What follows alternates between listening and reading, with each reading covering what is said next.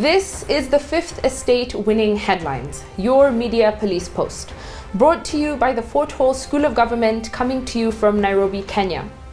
In this segment, we summarize some of the headlines that you might have missed this morning. But we also take a look at the political pieces that we call cartoons in this country.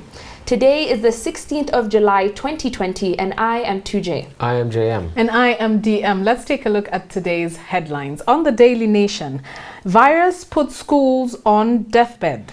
The Standard, Uhuru Raila tighten grip on Parliament. And finally, The Star, Waiguru summoned by EACC over tenders. Let's begin with the grip on Parliament. And The Standard is telling us that the President Uhuru Kenyatta and the ODM leader Raila Odinga have tightened their grip on 5 parliamentary committees. And these committees are crucial to constitutional reforms and approval of government appointments. Interesting.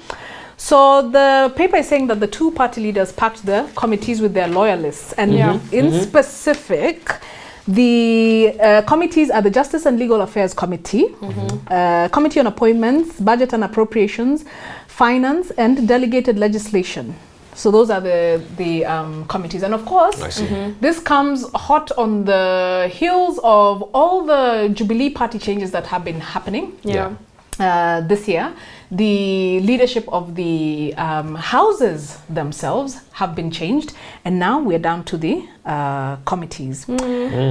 My view on this, of course, we have said it all the time, it is expected. It is expected because parties operate on a discipline premise. You see, a lot of people think that it's actually KANU that invented and created the disciplinary committee. It isn't. World over, if you look at the job description of a whip, it is to ensure party discipline. And why? Because politicians or people who work in the National Assembly and the Senate are not normal human beings. They are political animals. They are people. Yes, it's like herding cats. There are people who have more personal and political interest than the regular person. So if they operate in an environment that does not specifically and definitively have disciplinary functions and people to institute those disciplinary functions, the party will cease to exist. And that's my question. It's so clear what the objective of this headline was. It was to stir up some sort of emotion. But I think, DM, as you're saying, the world over, it is the obligation of a party, that the government of the day, to ensure that they consolidate power. So I think to control different committees, no big deal. So I think this headline is a bit misleading. I think they're also playing up on the BBI story.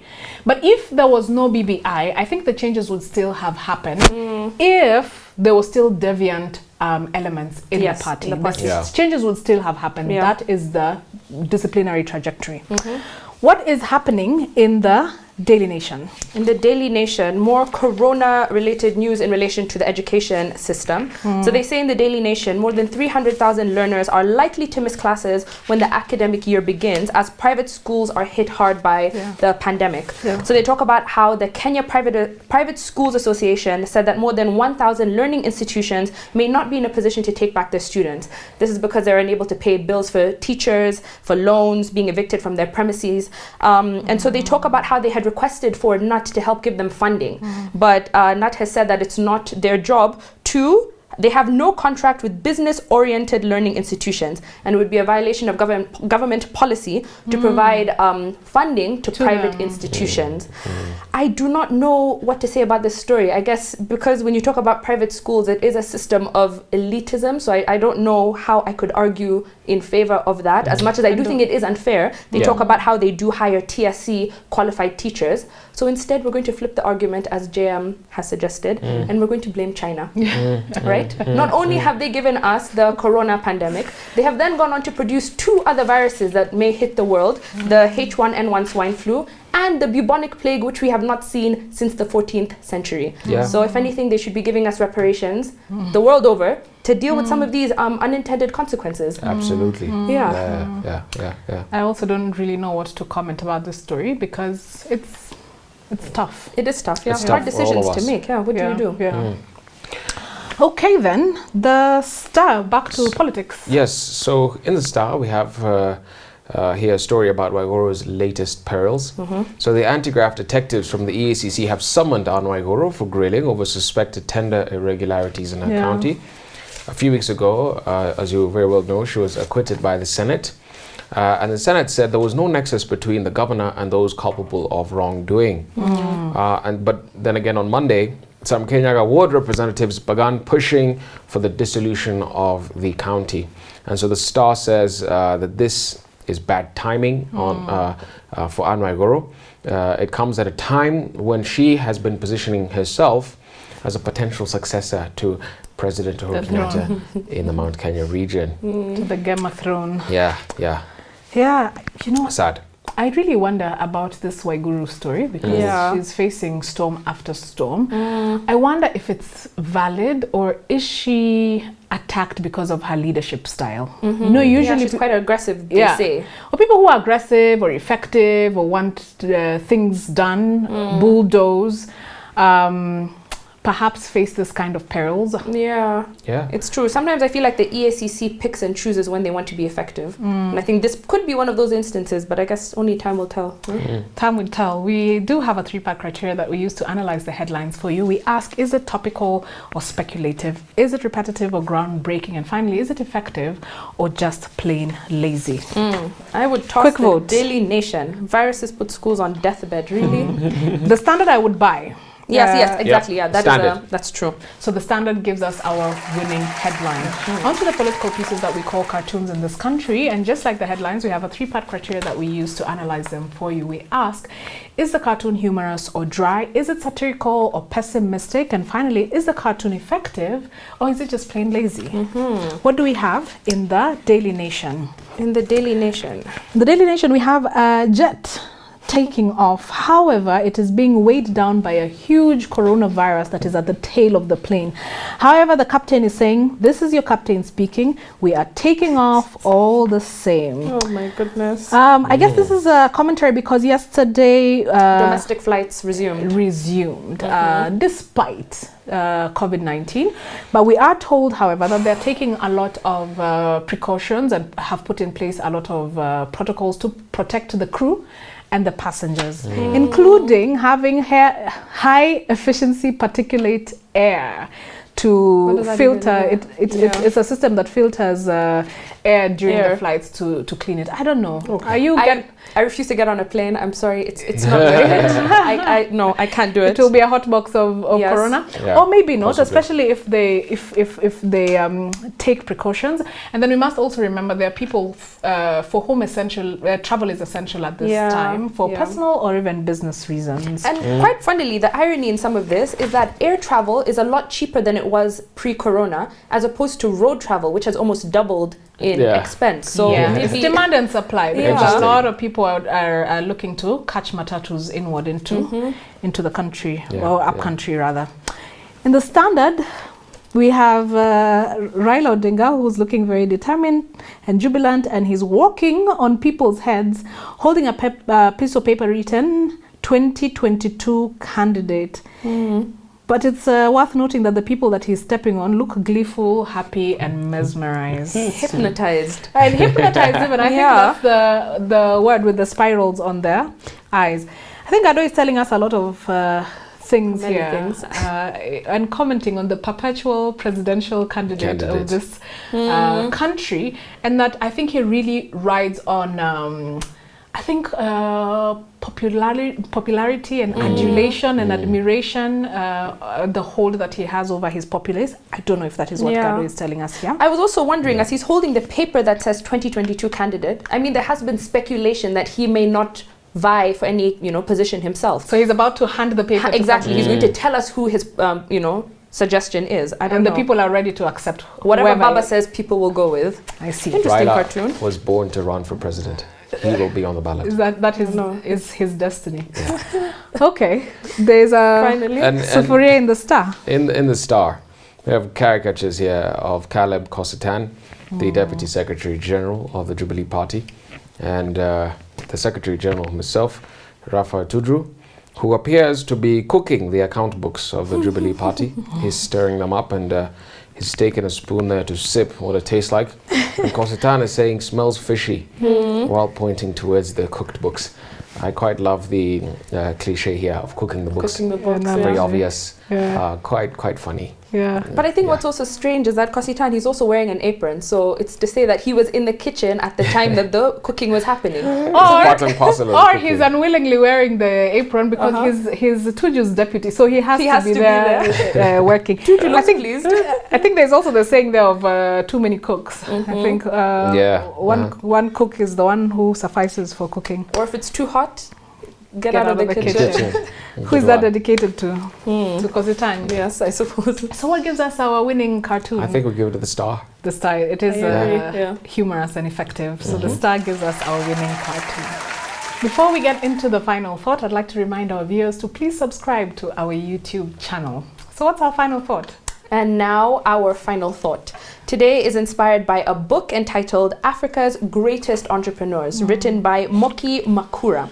And this is continuation of this week's theme, Africa through Africans' eyes.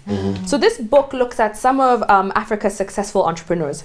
They are sometimes known as the cheetah generation, as opposed to the old guys who are called the rhino generation for being short-sighted and slow. So this is the new and angry generation of African graduates and professionals who look at African issues and problems from a totally different and unique perspective.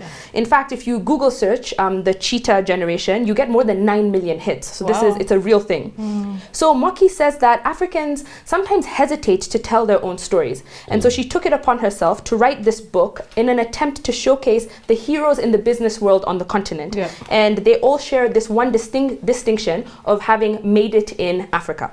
And so Africa's Greatest Entrepreneurs is a compilation of stories, 16 profiles of some of the most successful and dynamic business people who have emerged across the continent, with a range of diverse ages and educational backgrounds. So each chapter is dedicated to a single entrepreneur and focuses on the personality as well as the story of how they achieved the success in their field. So each chapter highlights kind of what characterized this person's success, whether they were the eccentric entrepreneur, the spiritual one, the gambling one, defiant, trailblazing, and more. So Moki sheds light on the different historical, political, and economic power structures that either helped but also sometimes really frustrated these people as they tried to get on and going with their business ideas. So I'll take the first chapter, which is inspired by Wale Tinubu, called The Upstart Entrepreneur. And upstart, actually, when I looked into it, is quite a derogatory term, talking about an entrepreneur who is arrogant. And I guess we'll see why he may have been a bit arrogant. So whilst pursuing his master's degree in the UK, Wale already had business on his mind. He was using his tuition fees to buy and sell Mercedes-Benz at a profit. And so then eventually he returned to Nigeria to practice law. But initially, we see how he gets very frustrated with the justice system. He talks about how judges would come into court, sit for a few hours, and then leave because they were tired. Or how there was pure incompetence in trying cases. So he decides to quit law and focus on his side hustle. And like a lot of the startups that we know, he started from his parents' garage and he used to be made fun of. And so while struggling to make ends meet, he was still thinking big. So he sees this building being built in Lagos, and at that time it was set to be the most expensive building in the city. And he says, I want my offices to be there. And so typical agreements in Nigeria, you have to pay your rent 3 years in advance. So you're giving 3 years rent up front. My goodness. And so he says he's up to the task. He says, I'm going to do it. And he says, I realize that when you set yourself a target, even if it is above what you can achieve today, because of your desire for something bigger, you will achieve it. Your reality is only as big as your dreams. Amen. And so now Wale is stuck with this huge expensive office and no equipment. And at the same time, he's about to get married. But in the book, Moki says, behind every emerging entrepreneur is an understanding wife. Another or amen. husband. Or husband, yes, that's true. And so Wale convinces his wife to use half of their honeymoon budget to buy 2 computers to furnish the office. Nice. So they come back from their honeymoon, suitcases in tow, with 2 new computers. And so long story short, through innovation and hard work, Wale starts to trade in oil. And he notes that one success factor for him was his reliability. And so, as this is said quite often about Africans, it became true about Nigerians. He said, you mean a Nigerian company can say they will deliver at 3 a.m. and actually do it? So he became known for his reliability. Yeah. And so he used a loan that he got from his mother to build this company, Oando, which today has a market cap of $2 billion and a presence across West Africa. Wow. And so I think what Moki is telling us is that Africa's future rests on the back of this cheetah generation, these really motivated individuals. But they need a lot of support and encouragement to venture into these informal and formal, ecosystems. So I thought, great book, great stories. Yeah, this Absolutely. particular story you've told, it's such an inspiring one of this guy working with his wife. There's nothing as beautiful, as powerful as a couple working together like that. Yeah. They are living in the perfect will of God. Oh, wow. And Right. for them, nothing is impossible. And this is why he's got a company valued at over $2 billion. $2 billion. Yeah. These are the Not couples. Zimbabwean dollars. These are the couples American. that were spoken about in the book of Proverbs and Psalms and what have you. Oh, wow. Super great story. Great couple to emulate. Thanks, Reverend Jem. I know. I looked at 2 men or 2 entrepreneurs in the book who come from very different parts of Africa but have very strikingly similar stories or business trajectories. In fact, life trajectories in general. So this is Kwabena Adjei, Dr. Kwabena Adjei from Ghana, and Herman Mashaba from South Africa. So although they're from different parts of the continent, as I said, they have both built very successful companies. Adjei's has a $30 million yearly turnover, while Mashaba's has a $200 million turnover. Wow. And one of the biggest similarities of their success stories is that the companies that they chose to build, or the premise upon which they built their companies, have very indigenous outlooks. They responded to the needs of the local people, to people who look and sound like them and live in the continent. So both of them started in the 1980s. Adjei's was a beverage company, not just any beverage company, but a traditional herbal beverage company. And his flagship product is called Alomo Bitters. Now, Alomo Bitters, upon its creation, was believed to cure malaria. And also, and I believe this also made it a big bestseller, it promoted vitality amongst men. So the company he built is called Casaprecos and has since widened its portfolio of drinks, even to alcoholic and non-alcoholic drinks, but all herbal, all coming from indigenous African products, or raw products. And then Mashaba in South Africa began a cosmetic company for hair products. But what was different is that his products were specifically made for African hair. Isn't this amazing? Back in the 1980s. Yeah. And also remember, he lived in apartheid South Africa, which was, ruled by the whites. But then also the hair products that inundated the market were all meant for white hair. So he put up a company called Black Like Me. What an apt name. And has since become extremely successful. So both Adjei and Mashaba based their products not just on the local needs, but also on solving local problems. And I think we've said it here many times before, that money follows solutions. Yeah. So if you want money, look for solutions and solve problems. And the best problems to solve are those ones that are proximate to you. Yes. And I know a lot of people right now are thinking of M-Pesa. It was solving a local problem, and now it is recognized and emulated internationally.